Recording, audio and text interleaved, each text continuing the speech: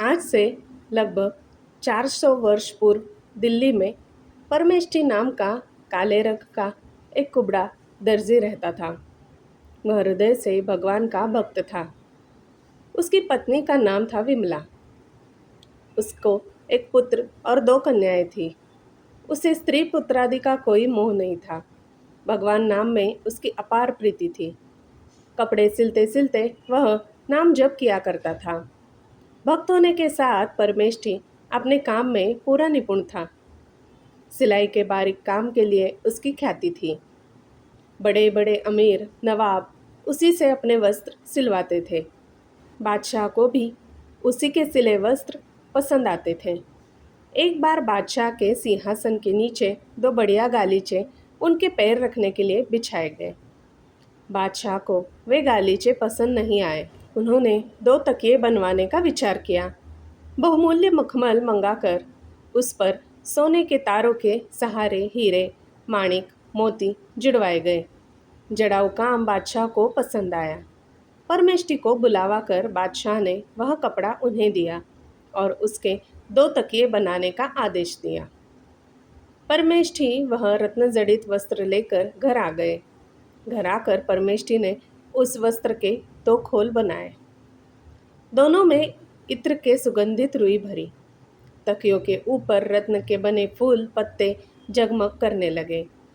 इत्र की सुगंध से घर भर गया। ऐसे तकिए भला अपने घर में कैसे रखें? वह उन्हें बादशाह के यहाँ ले जाने को उठ खड़ा हुआ। तकियों को उठाकर हाथ में लेते ही परमेष्ठी ने ध्यान से रत्नों की छटा देखी। उसके मन में कहा, कितने सुंदर है ये तकिए। ये क्या एक सामान्य मनुष्य के योग्य हैं? इनके अधिकारी तो भगवान वासुदेव ही है। जैसे जैसे इत्र की सुगंध नाक में पहुंचने लगी वैसे वैसे यह विचार और दृढ़ होने लगा। मन में द्वंद्व चलने लगा। वह कारीगरी किस काम की जो भगवान की सेवा में न लगे? परंतु मैं क्या करूं? तकिए तो बादशाह के हैं। मन के असमंजस ने ऐसा रूप लिया कि परमेष्ठी को पता ही नहीं चला कि वह कहाँ है, क्या कर रहा है। उस दिन जगन्नाथपुरी में रथ यात्रा का महोत्सव था। परमेष्ठी एक बार जाकर रथ यात्रा का महोत्सव देख आया था। आज भावावेश में जैसे रथ यात्रा का वह प्रत्यक्ष दर्शन करने लगा। परमेष्ठी देख रहा है, श्री जगन्नाथ जी रथ पर विराजमान है। सहस्त्रों नर नारी रस्सी पकड़कर रथ को खींच रहे हैं। कीर्तन हो रहा है, जय जयकार गूंज रहा है। सेवक गण एक के बाद एक वस्त्र बिछाते जा रहे हैं। श्री जगन्नाथ जी एक वस्त्र से दूसरे वस्त्र पर पधारते हैं। सहसा रथ के कठिन आघात से जगन्नाथ जी के नीचे बिछाया हुआ वस्त्र फट गया। सेवक मंदिर में दूसरा वस्त्र लेने दौड़े, पर उन्हें देर होने लगी। परमेष्ठी से यह दृश्य देखा नहीं गया।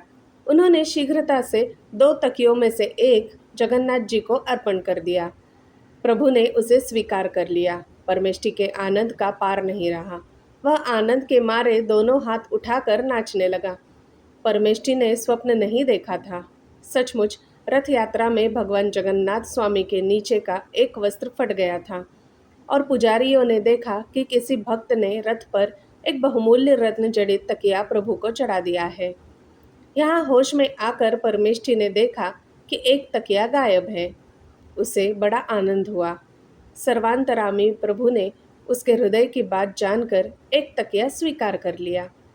अब उसे किसी का क्या भय? शूद्र बादशाह उसके प्राण ही तो ले सकता है, वह कहाँ मृत्यु से डरता है। उसके दयामय प्रभु ने उस पर इतनी कृपा की। वह तो आनंद के मारे कीर्तन करता हुआ नाचने लगा। बादशाह के सिपाही उसे बुलाने आए। एक तकिया लेकर वह बादशाह के पास पहुंचा। बादशाह तकिए की कारीगरी देखकर बहुत संतुष्ट हुआ। उसने दूसरे तकिए की बात पूछी। परमेष्ठी ने निर्भयतापूर्वक कहा, उसे तो श्री जगन्नाथ स्वामी ने स्वीकार कर लिया। पहले तो बादशाह ने परिहास समझा। वह बार बार पूछने लगा। जब दर्जी ने यही बात अनेक बार कही तब बादशाह को क्रोध आ गया। उन्होंने परमेष्ठी को कारागार में डालने का आदेश दे दिया। परमेष्ठी कारागार की अंधेरी कोठरी में पड़े पड़े प्रभु का स्मरण कर रहे थे। सहसा हथकड़ी टूट गई।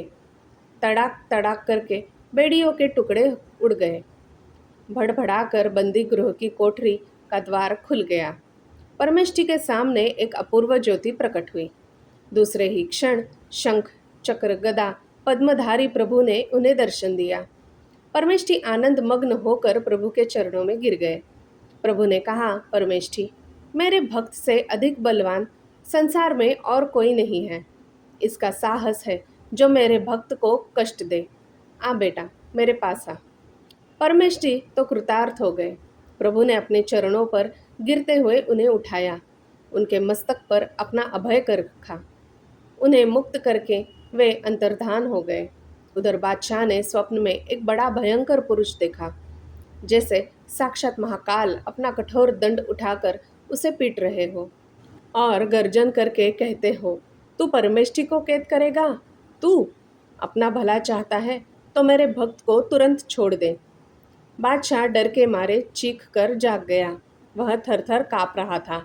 उसका अंग अंग दर्द कर रहा था। शरीर पर प्रहार के स्पष्ट चिन्ह थे। सवेरा होते ही उसने मंत्रियों से स्वप्न की बात कही। सबको लेकर वह कैद खाने आया। वहाँ पहरेदार सोए पड़े थे। परमेष्ठी की हथकड़ी बेड़ी टूटी हुई थी। उनके शरीर से दिव्य तेज निकल रहा था। वे ध्यान में मग्न थे। ध्यान टूटने पर वे व्याकुल से होकर रोने लगे। बादशाह को बड़ा आश्चर्य हुआ। उसने परमेष्ठी से हाथ जोड़कर क्षमा मांगी। नाना प्रकार के वस्त्र आभूषणों से सुसज्जित करके हाथी पर बैठाकर गाजे बाजे के साथ उन्हें शहर ले आया। बहुत सा धन दिया उसने। चारों ओर भक्त परमेष्ठी का जय जयकार होने लगा। परमेष्ठी को यह मान प्रतिष्ठा बिल्कुल नहीं लगी अच्छी। प्रतिष्ठा से बचने के लिए दिल्ली छोड़कर वे दूसरी जगह चले गए और वहीं रहकर पूरा जीवन उन्होंने भगवान के भजन पूजन में व्यतीत किया। जय श्री कृष्ण। धन्यवाद। दोस्तों, मेरी सुनाई कहानियाँ अगर आपको अच्छी लगती हो तो मैं आपसे अनुरोध करती हूँ कि कृपया मेरे इस चैनल को एक लाइक, शेयर और सब्सक्राइब ज़रूर कीजिएगा। धन्यवाद।